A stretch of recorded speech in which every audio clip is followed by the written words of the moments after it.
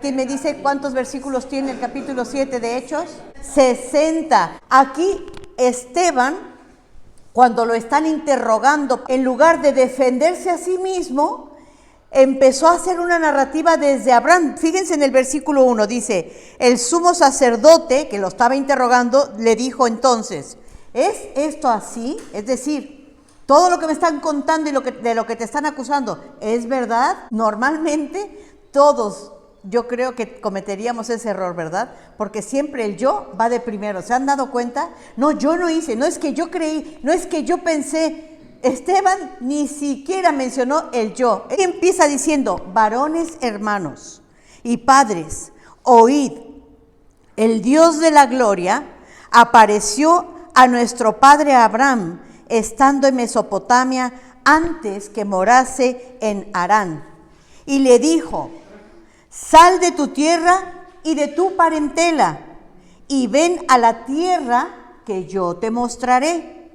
Entonces salió de la tierra de los caldeos y habitó en Harán, y de allí, muerto su padre, el padre de Abraham, Dios le trasladó a esta tierra en la cual vosotros habitáis ahora. Ahí hagamos una pausa. ¿Se están dando cuenta desde a dónde se transportó Esteban? No fueron 100 años atrás, no fueron 200 años atrás, y le está diciendo, Dios transportó a Abraham de Ur a esta tierra en la cual estamos hoy. Nos hace ver que nuestro Dios es real, que nuestro Dios es fiel, que nuestro Dios cumple lo que Él dice. Lo sacó de una tierra pagana. Y cómo el pueblo de Israel está hoy en esa tierra que Dios le prometió a Abraham hace miles de años. Miren este versículo tan tremendo. Es Hechos 7, versículo 5. Dice, y no le dio herencia en ella. ¿Cómo? ¿Se han puesto a pensar en esto?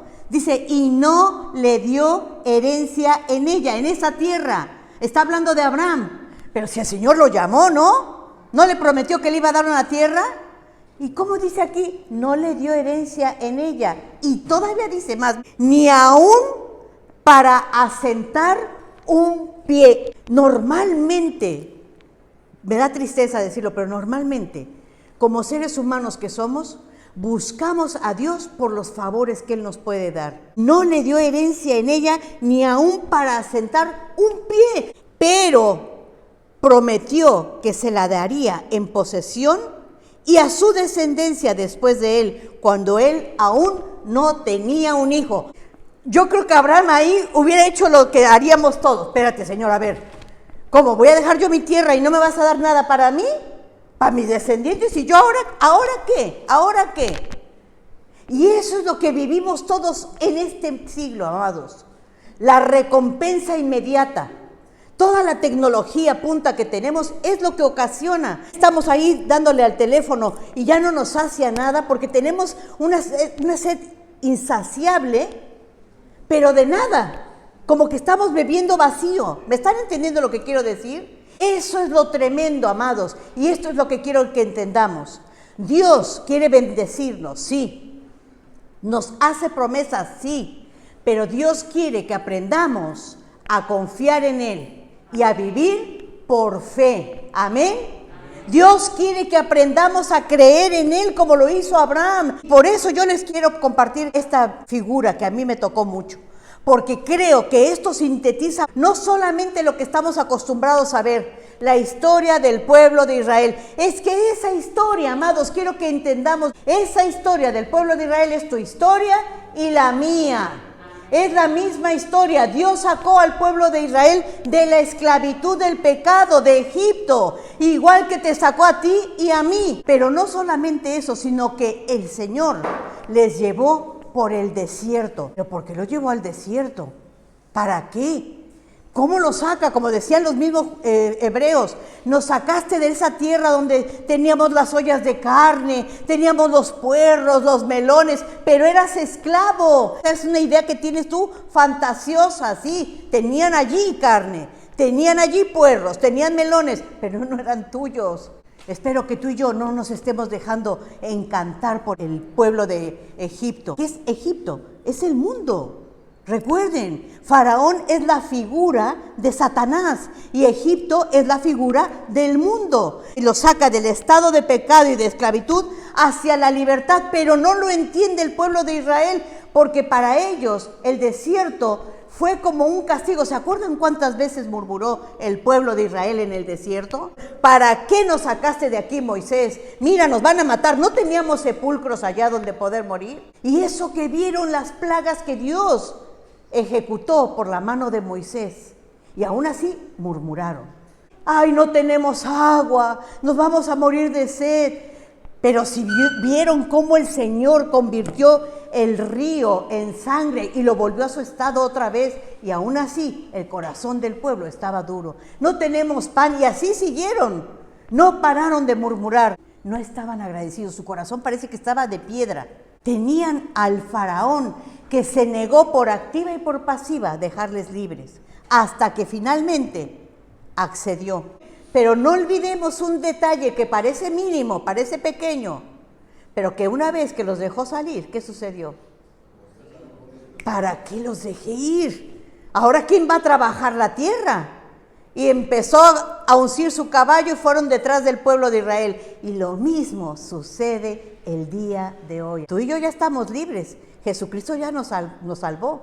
Pero Faraón sigue detrás tuya, ¿eh? El pueblo de Israel no supo entender el mensaje de Dios. Cuando se vieron allí en el desierto, es verdad, el desierto es duro, porque no había nada. Y el desierto, muchas veces decimos que es el tiempo de la prueba. Y cuando nosotros estamos pasando pruebas, es para que lo feo que hay dentro de nosotros salga a relucir. Las pruebas, amados, sirven para eso, para que nuestro verdadero yo salga a relucir. ¿Cómo reaccionas tú cuando no tienes dinero para pagar la renta? Te pones a alabar, ¿verdad? Me faltan 100 euros, me faltan 200. Yo creo que te pones a tronarte los dedos y empiezas a hablar contra Dios. Señor, ¿y yo qué he hecho? Te comes las uñas. ¿Qué haces cuando estás enfermo? ¿Verdad que saca lo feo de nosotros? A veces nos creemos perfectos, pero cuando estamos en las pruebas, nos conocemos a nosotros mismos tal y como somos. Lo triste es que el pueblo no entendió que las pruebas no solamente sacan lo feo de nosotros. ¿Qué nos dice la palabra de Dios en la primera epístola de Pedro, capítulo 1, versículo 7? Estas pruebas demostrarán que su fe es auténtica.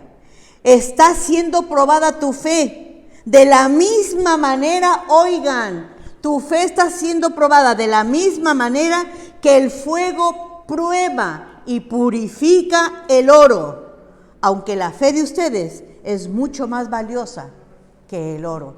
¿Se dan cuenta cuál es el propósito de Dios? No es para destrucción, es porque tú vales tanto y tu fe vale tanto que Dios quiere purificarte, te está perfeccionando a través de las pruebas. Nos dice en Oseas 2:14, yo que ustedes anoto estos versículos. Primera de Pedro 1:7 es algo que no se te debe de olvidar. Cuando tú estés atravesando una prueba, recuerda, Dios me está purificando y quiere que sea yo más puro que el mismo oro. Quiere que resplandezca, que mi fe sea purificada, que sea pura, que no sea una fe adulterada. Amén. Pero miren lo que nos dice a través del profeta Oseas. En el capítulo 2, versículo 14, dice, pero yo, está hablando el Señor, yo la conquistaré de nuevo. Es como quien tuvo una novia que lo traicionó y se fue, lo abandonó, y dice, yo no tiro la toalla, yo la conquistaré de nuevo. Está hablando de la nación de Israel, pero también está hablándote a ti. Cuando tú le das la espalda a Dios, Dios no se da por vencido. Dice, yo lo voy a conquistar de nuevo. Mira cómo te va a conquistar Dios. La llevaré al desierto y allí le hablaré con ternura. ¿No es un versículo precioso? ¿Qué hacían cuando ustedes andaban en el noviazgo? Ay, se querían ir ahí donde nadie les molestara, ¿verdad? Donde se estuvieran viendo uno al otro, donde nadie les interrumpiera, donde se pudieran mirar uno al otro, románticos, ¿verdad? Siempre están buscando los lugares ahí donde no nos molesten. Pues Dios quiere lo mismo, por eso nos lleva al desierto, donde nada te puede distraer, donde nada quite tu mirada de Dios, y les hablaré con ternura. Ese es nuestro Dios, amados.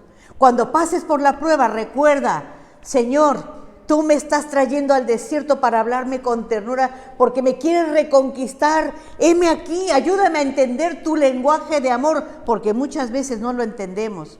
Hay personas en la vida real que no saben decir te amo. ¿Se han dado cuenta? En la vida real hay gente que no sabe decir te quiero, te amo, ¿verdad? Pero tienen otro tipo de lenguaje para decir lo mismo. Hay gente que le gusta dar regalos, que les gusta hacer comiditas, que les gusta tenerle al marido toda la ropita limpia. Ese es un lenguaje de amor. Dios tiene su lenguaje de amor. Pero también les animo, rompan con esas barreras, porque no saber expresar el amor a las personas son ataduras. Hay que aprender a romperlas en el nombre de Jesús. Amén. Así el Señor está llevándonos al desierto para hablarnos con ternura, para reconquistarnos. Pero Él también nos ha prometido una tierra que fluye leche y miel, al igual que el pueblo de Israel. Lo bello es que tú y yo podemos disfrutar de esa tierra aquí. No tenemos que esperar hasta llegar al cielo, porque desde el momento en que tú aceptas a Cristo como tu Señor, como tu Salvador, que tienes el Espíritu Santo dentro de ti, tú ya puedes tener comunión con Dios, ya es como estar en el cielo, porque tú puedes ver las bendiciones de Dios. Es donde fluye leche y miel en el sentido espiritual. Ese es el cuadro ideal. 1, ser libertados de la esclavitud. 2, cruzar por ese desierto para que nos salga lo más feo, Dios nos purifique, para que conozcamos a Dios, entendamos su lenguaje de amor y disfrutemos de la tierra prometida, de las bendiciones de Dios. Pero lamentablemente hay muchos que no quieren salir de Egipto, quieren estar siendo esclavos del enemigo, quieren seguir jugando al pecado en tierra extraña. Otros se quieren quedar ahí en el desierto. Y créame, aunque Dios nos lleve al desierto, Dios tiene un tiempo para todos. No es su intención que nos quedemos allí. La única intención por la que dejó al pueblo de Israel 40 años, ¿por qué fue? Por su dureza de corazón, porque el Señor lo dice claramente en las Escrituras. Vuelvan a leerlo, vuelvan a Éxodo. Dijo, si yo los llevo por esta orilla que van a llegar rapidísimo, cuando vean que está el enemigo ahí, se van a regresar a Egipto. Dios sabe lo que hace. No tiene intención de que te quedes como esclavo en Egipto, ni tampoco que te quedes dando vueltas en el desierto. Él quiere que tú disfrutes de la vida abundante que Cristo te quiere dar. Pero, ¿dónde estás tú ahora? ¿Dónde te encuentras hoy? ¿Dónde estamos? Y lamentablemente, si estamos en las dos posiciones anteriores, ya sea en Egipto o en el desierto, es por voluntad de cada uno de nosotros. Dios quiere sacarte. A Abraham lo llamó, pero lo forzó. Ven. Y Abraham, aun cuando le dijo, no te voy a dar la tierra a ti, ni siquiera un trocito para que pongas un pie, y te la voy a dar como herencia para tu descendencia, cuando no tenía un hijo, Abraham fue. ¿Qué es lo que nos impide, amados, llegar a la tierra prometida? ¿Qué es lo que nos impide para vivir y gozar en la presencia del Señor hoy aquí en la tierra? ¿Qué te impide? El Señor sacó al pueblo de Israel de Egipto, pero Egipto nunca salió del corazón del pueblo de Israel, porque amaban esa vida de esclavitud en el pecado. Así como los médicos, vamos a ver la sintomatología. ¿Cómo estamos? ¿Dónde te duele? La palabra de Dios nos dice que todo ser humano lucha con estos 7 pecados capitales. No es que sean todos, dice capitales. Tenemos siempre el comodín, la mentira, porque para usar cualquiera o caer en cualquiera de esos, siempre usamos la mentira. Son capitales, son la raíz de donde se desprenden todos los demás. Vamos a irnos analizando la soberbia, autoestima excesiva, al amor propio, a uno mismo. Se considera uno superior a los demás, y seguro que si yo les pregunto, ¿ustedes sufren de soberbia? ¿Hay algún soberbio aquí? Van a decir todos, no, yo soy muy humilde. Analicémonos. ¿Cuál es una mutación? Es decir, la raíz, la matriz del pecado es la soberbia. Una mutación de la soberbia, ¿cuál es? El orgullo. ¿Cómo actúa una persona orgullosa? Oye, lee la Biblia. Yo no necesito. Oye, vamos a la oración. ¿Yo para qué? Si yo soy súper santo. Oye, vamos a ayunar. Si yo no peco. ¿Hay orgullo ahí o no? Avaricia. La avaricia es el deseo desmedido de poseer riquezas o bienes materiales. No, yo no. Oye, vente a la reunión de oración. No, tengo que trabajar. Y no digo que no trabajen, el que no trabaje, que no coma, ¿verdad? Dijo el apóstol. Pero para todo tenemos tiempo, dice Eclesiastés. ¿Quién tiene la razón? La Biblia a mí me enseña, todo tiene su tiempo debajo del sol.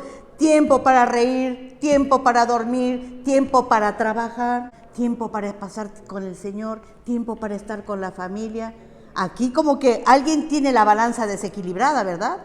Dice, es el deseo desmedido, avaricia. Y ojo, que la avaricia no solamente es con las cosas materiales. La lujuria, un deseo sexual desordenado e incontrolado. La ira es un enojo desmedido, una rabia y un deseo de venganza. Muchos van a decir que no, ¿verdad? Pero si analizamos, más de algunos salimos salpicados. ¿Cuántas veces no hemos actuado con ira? Esto es solamente la raíz de donde se desprenden los demás. Si sacáramos ahora mismo todas las mutaciones, nos daríamos cuenta, sí, creo que yo tengo problema con eso. La gula, ya hablamos de eso. La gula no es solamente de la comida material, física. Hay gula de móvil. Ahora sí nadie se salva en esto. ¿Cuánto tiempo pasas tú en el móvil? Fíjense, yo estaba oyendo un comentario que decía, si tú pasas 15 minutos, ojo, oigan, 15 minutos diarios para leer tu Biblia, tú terminas leyendo la Biblia en un año. 15 minutos, nadie tendrá 15 minutos. Es más, si se te hace pesado 15 minutos de corrida, date 5 minutos en la mañana, 5 al mediodía y 5 en la noche, para que yo pueda leer toda mi Biblia en un año, para que la pueda conocer, para que pueda entender por qué Dios actúa de tal manera, para que pueda conocer más a Dios. 15 minutos y te aseguro que pasas más tiempo en el móvil. Ahora ya las películas creo que ya están pasando de moda. Ahora, ¿qué es lo que está de moda? Series, exactamente. Y dicen las estadísticas que eso es lo más peligroso, porque ahora tienes tú el mando. Y si ya terminó y te quedaste enganchado, y dices, pues yo me echo otro capítulo. Y te terminas la serie en menos que canta un gallo, amados. Nos da risa, pero es que esa es la situación en la que nos encontramos hoy. Y nunca, mejor dicho, tenemos el mando. De todos estos pecados, tú tienes el mando. Me encantó lo que vi en la pizarra. ¿Cómo iba lo que vinieron ayer? ¿Cuál es el paso número 1? La tentación. Segundo, desobediencia. Dios quiere que sepamos, tú tienes el mando. La tentación la pasan todos, pero no todos desobedecen a Dios. Hay quien sí dice, no, yo, como decía José, ¿cómo cometeré yo este grande mal contra mi Dios? Y prefirió huir. El mando lo tienes tú. Dios te lo está entregando a ti. Tú tienes libre albedrío. Tú decides. ¿Estás esperando que Dios te recompense por obedecer? Ay, mira, Señor, no caí en tentación, ¿Me vas a dar un premio? Como los niños, ¿verdad? Estamos así, como los niños. ¿Qué me vas a dar? Paz. ¿Te parece poco? ¿Te parece poco? Tierra que fluye leche y miel. Paz que abunda. El enemigo usa siempre las mismas estrategias. Te promete mucho y te tiene como un esclavo, como en Egipto. Y tú te crees, mira, no, si estoy disfrutando. Hoy la gente cree que en el mundo están disfrutando. Y después, ¿cómo terminan? Con estrés, terminan divorciados, pierden la casa, terminan peor que esclavos, miserables. Ese es el engaño. ¿Cómo terminó Adán y Eva? Nada más para empezar. ¿Cómo terminaron? Si lo tenían todo, terminaron sin nada.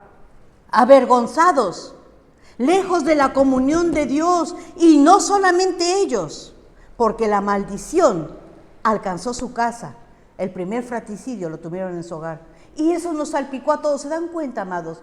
Cómo el pecado no solamente alcanza al que lo comete, maldice la tierra de todos los que están alrededor. ¿Qué es lo que tú quieres? ¿Tu herencia, tu familia, tu descendencia? ¿Qué quieres para ellos? ¿Qué quieres para ti? Tenemos el mando en las manos. Quiero que veamos estos versículos. Al cual nuestros padres no quisieron obedecer. ¿A quién no quisieron obedecer?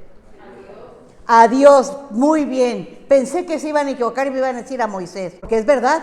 No le quisieron hacer caso a Moisés. Incluso le dijeron, ¿y a ti quién te puso como juez? Pero era a Dios. Porque Dios lo llamó, Dios lo mandó, Dios fue el que ejecutó los milagros en el desierto. Es decir, al no someterse a Moisés, no se estaban sometiendo a Dios, desobedecieron a Dios, al cual nuestros padres no quisieron obedecer, sino que lo repudiaron. Y en sus corazones desearon regresar a Egipto. ¿Cómo estamos nosotros? ¿Queremos regresar a Egipto, amados? Después de que el Señor ya nos sacó, ya nos limpió, ya nos dignificó, tú tienes el mando. ¿A dónde quieres estar? Y les puse ahí diferentes versiones para que vean cuál es la constante. La otra dice, nuestros antepasados no quisieron obedecerle, lo rechazaron, volviendo el pensamiento a Egipto. ¿En qué estás pensando tú constantemente? Hablábamos hace un momento. El hecho de que se te cruce un mal pensamiento, eso le pasa a todos. Levante la mano el que nunca ha tenido un mal pensamiento. Todos tenemos malos pensamientos, pero eso no es pecado. Pecado es cuando tú lo ejecutas, cuando tú te rindes a él. Eso sí es pecar. Cuando tú tienes un mal pensamiento, ¿qué tienes que hacer? Traer todos los pensamientos ¿a dónde? Cautivos, es decir, ponerle las esposas y llevárselos a Jesucristo. Toma, Señor, te lo entrego. No quiero ese pensamiento. Ese pensamiento no puede estar gobernando mi vida, mi mente. ¿Amén? Ustedes pueden leer toda la narrativa mientras estaban en el desierto. Ay, en Egipto, ay, y suspirando por Egipto. Es más, hasta llevaban las deidades paganas de los egipcios, escondidas. Tú puedes esconder tu pecado de los que están a tu alrededor, pero de Dios jamás. Dios te está mirando. Dios sabe. No pierdas el tiempo. No te hundas más en el fango, confiésalo al Señor. Dice otro versículo, nuestros antepasados no quisieron obedecerlo, sino que lo rechazaron. ¿Se dan cuenta? Miren, no quisieron obedecer, se repite en las tres versiones. Una dice, lo repudiaron, otros lo rechazaron. Y otro dice, volvieron su pensamiento a Egipto. Otro dice, en su corazón desearon regresar a Egipto. La otra versión, lo que realmente deseaban, ¿qué era? Volver a Egipto. Eso es lo que el pueblo de Israel realmente estaba deseando. ¿Tú qué deseas realmente? ¿Qué deseas? ¿Estar con Dios? ¿Conocerle? ¿Crecer en la santificación? ¿Honrarle? ¿Agradarle? ¿O quieres volver a Egipto, donde Satanás es tu verdugo? Que el Señor lo reprenda. Donde tú crees que estar pecando es la vida. Como dicen hoy, ay, la vida es una. Sí, pero la eternidad también. Y la eternidad es para siempre. ¿Qué prefieres? Tú tienes el mando. Tú eres el que decides. Pues habiendo conocido a Dios, no le glorificaron como a Dios, ni le dieron gracias. ¿Se dan cuenta? La ingratitud del pueblo también. No le dieron gracias, sino que, ojo, se envanecieron en sus razonamientos. Yo sé que ustedes me van a decir que no, pero muchas veces estamos actuando de esa manera. Yo sé más que Dios. No lo decimos, pero con los hechos lo estamos demostrando. Lee la Biblia. No, ¿para qué? Oye, ayuna. No, si yo no necesito. Confiésate, ora. No necesito nuestros razonamientos. No, yo estoy bien. Yo no necesito. Leemos un versículo. Ese para Ángela. Ese para Elizabeth. Este le cae bien a fulanito, se lo voy a leer. ¿Estamos así o no? En nuestros razonamientos, ¿verdad? Se envanecieron en sus razonamientos y, vuelve a repetir, su necio corazón fue, ¿qué? Entenebrecido. Entenebrecido, estar en tinieblas, oscuro, apagado, envuelto en tinieblas, en maldad. Su corazón fue entenebrecido. ¿Por qué? Porque estaba duro, porque creyeron ser más que Dios, creyeron saber más que Dios, le llevaron la contraria a Dios, no se quisieron someter. Amados, cuidado, tú y yo estamos igual. Profesando ser sabios, se hicieron necios. Que Dios nos libre de la necedad, de la dureza de corazón. Por eso le dice, circuncidad pues el prepucio de vuestro corazón, no endurezcáis más vuestra cerviz. ¿Se dan cuenta cuántos sinónimos usa el Señor? El pensamiento, el corazón, la cerviz. La cerviz es esto. Están así, como duros contra Dios, soberbios, necios. No quieren humillarse ante Dios, decir, Señor, tienes razón, me humillo ante ti. Heme aquí, Señor, te necesito. Necesitamos una circuncisión del corazón. Y eso se supone que el Señor lo hace, no se supone. De hecho, el Señor lo hace cuando tú te rindes al Señor. Pero ojo, aquí quiero hacer un paréntesis, porque creo que muchas veces lo que estamos entendiendo es, sí, Señor, yo me rindo a ti porque yo quiero vivir la eternidad en el cielo, no quiero irme al infierno. Y muchas veces solamente estamos pensando en salvación, que no está mal porque va implícito. Pero no solamente tienes que decirle, Señor, yo quiero estar contigo en el cielo, yo quiero tener vida eterna, sí, no. Yo reconozco hoy, aquí, en esta condición, que soy pecador, tengo ese corazón entenebrecido, necesito que tú lo circuncides. Tengo esos pecados capitales en mí que me gobiernan y me arrastran al mal y me quieren llevar esclavo a Egipto. Necesito tu ayuda. ¿Se están dando cuenta? Ese es el evangelio completo, amados, no solo salvación, sino también transformación. Amén. Si tú quieres confirmar si eres salvo o no, mira el proceso que tú lleves en tu vida. No quiero decir perfectos, Aquí ya se los he dicho muchísimas veces. Aquí no hay ninguno de los que estamos aquí que sea perfecto. Todos tenemos el gen del pecado, pero hay una gran diferencia. La manera en que tú pecas hoy no es la misma manera en que tú pecabas antes. Ahora te dueles por tu pecado, ahora te sientes mal, ahora rectificas, ahora te humillas delante del Señor, le suplicas que te limpie, que te ayude. Antes no, antes pecabas deliberadamente y con gusto, ahora no. Ahora somos pecadores pasivos, porque somos débiles, pero por eso necesitamos estar con el Señor 24 horas al día, los 365 días del año. Amén. Porque solos no vamos a poder. Pero si tú crees que tu corazón está incircunciso, dile, Señor, mete tijera, corta raíz todo aquello que me está estorbando. Dice, vuestro adversario, el diablo, anda alrededor buscando a quien devorar. Pero ¿saben qué me he dado cuenta? Casi todos saben citar esa parte de la Escritura. La que nos falta es esta. Abren sus Biblias, por favor, en 1 de Pedro 5:8, para que no crean que yo me lo estoy inventando. Quiero que ustedes lo vean, porque todos citamos una parte, estamos como las promesas, ¿verdad? Citamos solamente el beneficio, pero lo que conlleva el recibirla, no. Miren lo que dice 1 de Pedro 5:8. Sed sobrios y velad, porque vuestro adversario, el diablo, como león rugiente, anda alrededor buscando a quien devorar. Ahora, ¿qué dice el versículo 9?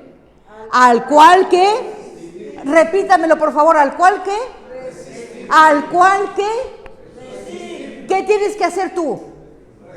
Resistir, exactamente. Se nos olvida la continuación del versículo. Sí, el enemigo anda ahí buscando cómo devorarte, pero tú tienes que resistirle. Lamentablemente nos hemos vuelto ahora, ¿cómo pusiste ahí? Excusitis.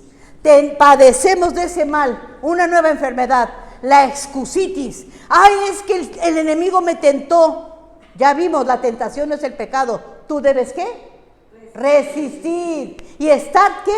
Dos cosas. Resistir y estar alerta. Resistir. No resistes y ya después me duermo en mis laureles. No, resisto ahora y vuelvo a estar alerta, porque no va a tardar en venir, como vino detrás del pueblo de Israel, otra vez a por ti.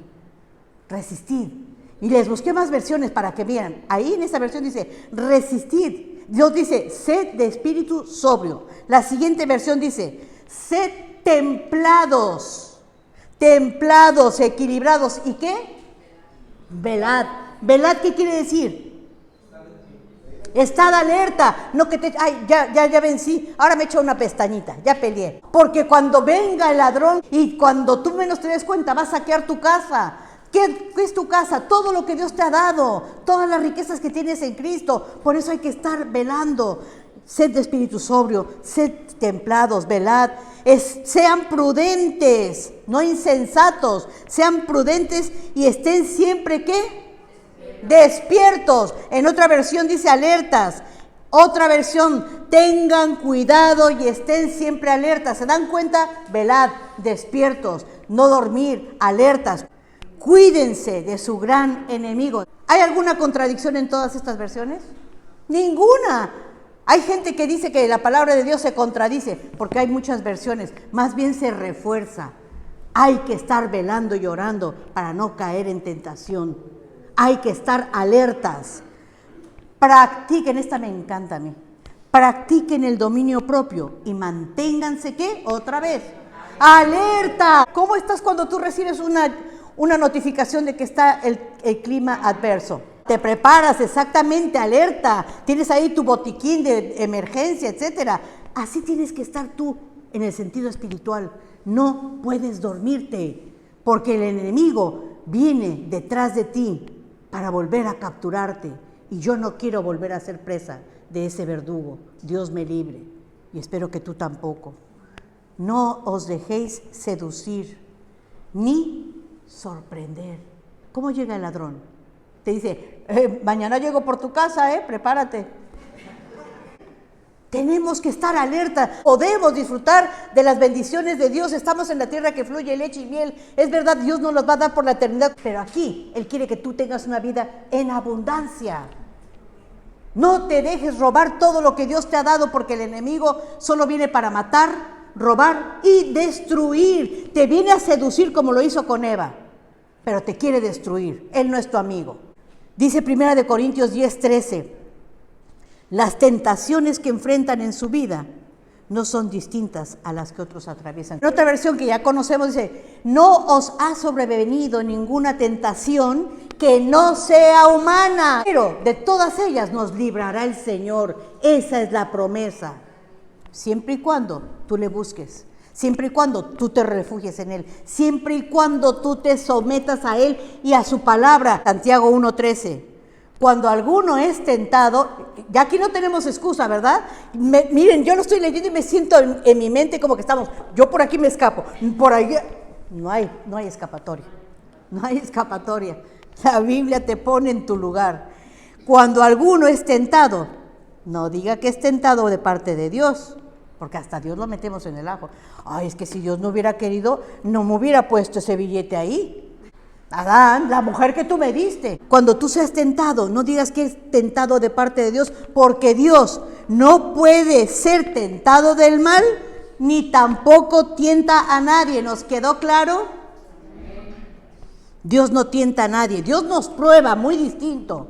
Y nos prueba no porque no nos conozca, lo vuelvo a decir. Nos prueba porque quiere que tú mismo sepas en qué condición estás. Cuando estábamos en el cole, ¿ustedes qué creen? Que los profesores, si no nos hacían el test, el examen, no sabían si sabíamos o no. Los profesores saben. Estoy segura, Ale, que tu profesor sabe, este en lengua va a salir regular, este en inglés va a salir excelente. Sabe tu profesor cómo estás, pero te pone un examen y cuando tú ves el resultado dices, ay, tengo que estudiar más. Y esa pregunta que fallaste no se te va a olvidar jamás. Así es en las pruebas de la vida. Dios nos pasa por esas pruebas para que tú te conozcas, no porque Dios no te conozca. Pero son pruebas, no tentaciones. Sino que cada uno, por su propia concupiscencia, es atraído y seducido. ¿Qué es concupiscencia? Concupiscencia es un deseo intenso, un deseo enorme, intenso, un deseo desordenado. Una cosa es que tú tengas ganas de comerte un trozo de tarta, que es normal, es un deseo normal. Otra cosa es que te quieras zampar la tarta entera. ¿Me están entendiendo? Para que no se les olvide esa palabra. Concupiscencia es, perdón, bueno, por lo menos se rieron, se les va a quedar. Concupiscencia es un deseo intenso. Ay, no puedo, me voy a morir si no me como ese trozo de tarta. Eso, intenso. Y aparte, desordenado. Eso es la concupiscencia, un deseo intenso y desordenado hacia los placeres carnales. Por eso dice, cuando tú seas tentado, no digas que eres tentado de parte de Dios, sino que de tu propia concupiscencia. Si dice de tu propia concupiscencia, ¿qué está diciendo? Que tú, yo, tenemos dentro deseos intensos y desordenados. ¿Qué tenemos que hacer? Dios me ha dado el mando. Todo lo puedo en Cristo que me fortalece. El que habita al abrigo del Altísimo morará bajo la sombra del Omnipotente. ¿Y para qué moras debajo de la sombra? ¿Para que no te dé calor? Para que te proteja. Yo soy la vid y vosotros los pámpanos. El que está en mí lleva mucho fruto, glorifica a Dios, le agrada a Dios, obedece a Dios, pero separados de mí, nada podéis hacer. Así que circunciden el prepucio de su corazón y no sigan obstinados. No sigan, es que voy caminando, no sigas, párate, detente, vuélvete, arrepiéntete. Ese giro de ¿cuántos grados tenemos que dar? 180 grados, no te quedes a la mitad, no. Amados, tenemos que ir a todas. Yo los voy a llevar a una tierra que fluye leche y miel. Léanlo, ¿cuántas veces lo repitió? Pero la tribu de Rubén, de Gad y la media tribu de Manasés tenían mucho ganado y llegaron a un lugar que estaba verde y bonito y dijeron, aquí nos quedamos, aquí nos aparcamos, ¿ya para qué vamos a ir? Dios le desagradó al Señor. Y eso me hizo pensar, muchas veces nos quedamos a mitad del camino. Yo no quiero que te quedes a la mitad del camino, amado. Quiero que disfrutes esa vida que vino Cristo a darte. En mí tendréis vida y vida en abundancia. Amados, podemos. El Señor nos ha dado el mando. ¿Qué dice Gálatas 5:22? El fruto del Espíritu es templanza, el último que mencionamos. Templanza es lo que tú necesitas para todo lo que dijimos hace un momento. Párate, sé firme, resiste. No sigamos viviendo como esclavos. Dios te ha llamado a una vida abundante de gozo, de paz, de bendición. Tú tienes la decisión en tus manos. Obedece a Dios. Dile, Señor, quita esa obstinación de mi corazón. Ayúdame a no ser insensato. Ayúdame a ser humilde. Ayúdame a ser dócil. Señor, ayúdame a usar el dominio propio. Ayúdame a usar la autoridad que tú me has dado para huir del pecado. No quiero ni volver a Egipto, ni quiero dar vueltas en el desierto, y tampoco me quiero quedar a mitad del camino. Quiero todo contigo, Señor. Quiero llegar a esa tierra que fluye leche y miel, en el nombre de Jesús. Amén.